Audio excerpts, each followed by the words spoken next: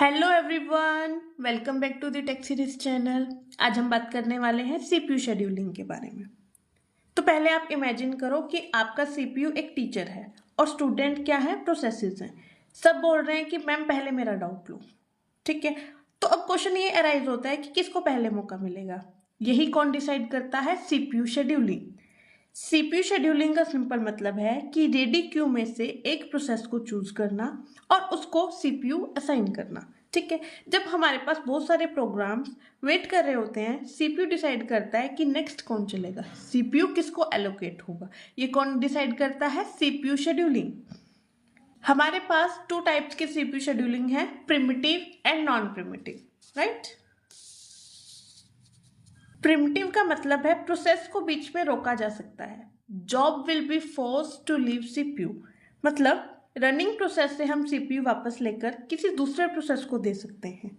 जैसे आप mobile use कर रहे हो, अचानक कॉल आ जाए तो करंट टैब क्या हो जाएगी? पॉज हो जाएगी और प्रायोरिटी कौन ले लेता है? कॉल। राइट, ये होता है हमारा प्रिमिटिव। प्रिमिटिव में हमारे पास आता है shortest remaining time first, longest remaining time first, round robin and priority. तो शॉर्टेस्ट रिमेनिंग टाइम फर्स्ट में क्या होगा? जिसका रिमेनिंग टाइम सबसे कम होगा वो पहले एग्जीक्यूट होगा। लॉन्गेस्ट रिमेनिंग टाइम फर्स्ट में क्या होगा? जिसका एग्जीक्यूशन टाइम सबसे ज्यादा होगा वो एग्जीक्यूट होगा प्रिमिटिव में। फिर राउंड रॉबिन में क्या होगा? हमारे पास हर प्रोसेस को इक्वल टाइम मिलता है, मतलब टाइम क्वांटम। हर प्रोसेस को या तो क्वेश्चन में दिया जाएगा कि 2 नैनो सेकेंड हो जाएंगे, 3 सेकेंड हो जाएंगे, मतलब यहाँ पे आपको टाइम क्वांटम मिलेगा कि हर प्रोसेस उतने टाइम के लिए ही सीपीयू को एग्जीक्यूट कर सकता है। ठीक है, सबको इक्वल चांस मिलता है हमारे पास राउंड रॉबिन में। देन हमारे पास आता है प्रायोरिटी शेड्यूलिंग। प्रायोरिटी शेड्यूलिंग मतलब जिसकी प्रायोरिटी हाई होती है वो सबसे पहले जाएगा। जैसे अगर P1 की हमारे पास क्वेश्चन में प्रायोरिटी ज़्यादा है तो P1 पहले एग्जीक्यूट होगा। देन फिर P2 हमारे पास क्वेश्चन में गिवन होगा कि प्रायोरिटी हाई है या लो है। हाई से के अकॉर्डिंग हमें क्वेश्चन को सॉल्व करना है या फिर लो के अकॉर्डिंग। ठीक है, फिर हम बात करते हैं नॉन प्रिमिटिव शेड्यूलिंग के बारे में। नॉन प्रिमिटिव शेड्यूलिंग में क्या होता है? Complete the process. एक बार अगर सीपीयू मिल गया, प्रोसेस कंप्लीट होने तक ही चलता रहेगा, चाहे प्रोसेस एग्जीक्यूट होने का टाइम कितना भी लॉन्ग हो हमारे पास। ठीक है, तो इसके एल्गोरिथम क्या क्या हो जाएंगे? First come first serve, shortest job first, longest job first, highest response ratio next. First come first serve में क्या होगा कि जो पहले आएगा वही पहले एग्जीक्यूट होगा। ठीक है, शॉर्टेस्ट जॉब फर्स्ट में क्या होगा? जिसका बर्स्ट टाइम कम होगा। लॉन्गेस्ट में जिसका बर्स्ट टाइम क्या होगा? ज्यादा होगा।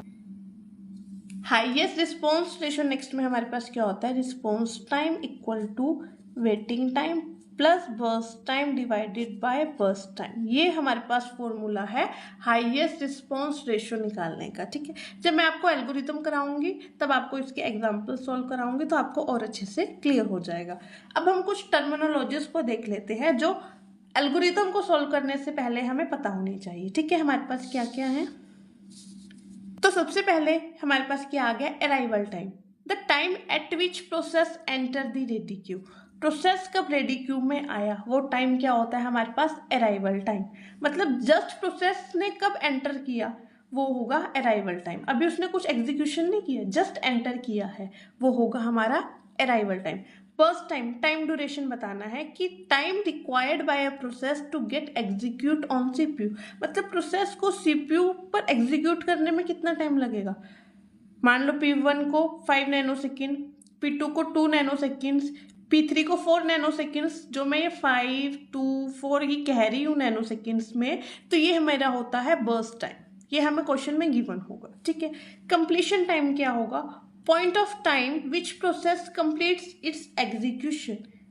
प्रोसेस कब कंप्लीट हुआ, ये क्या होगा हमारा? Completion time.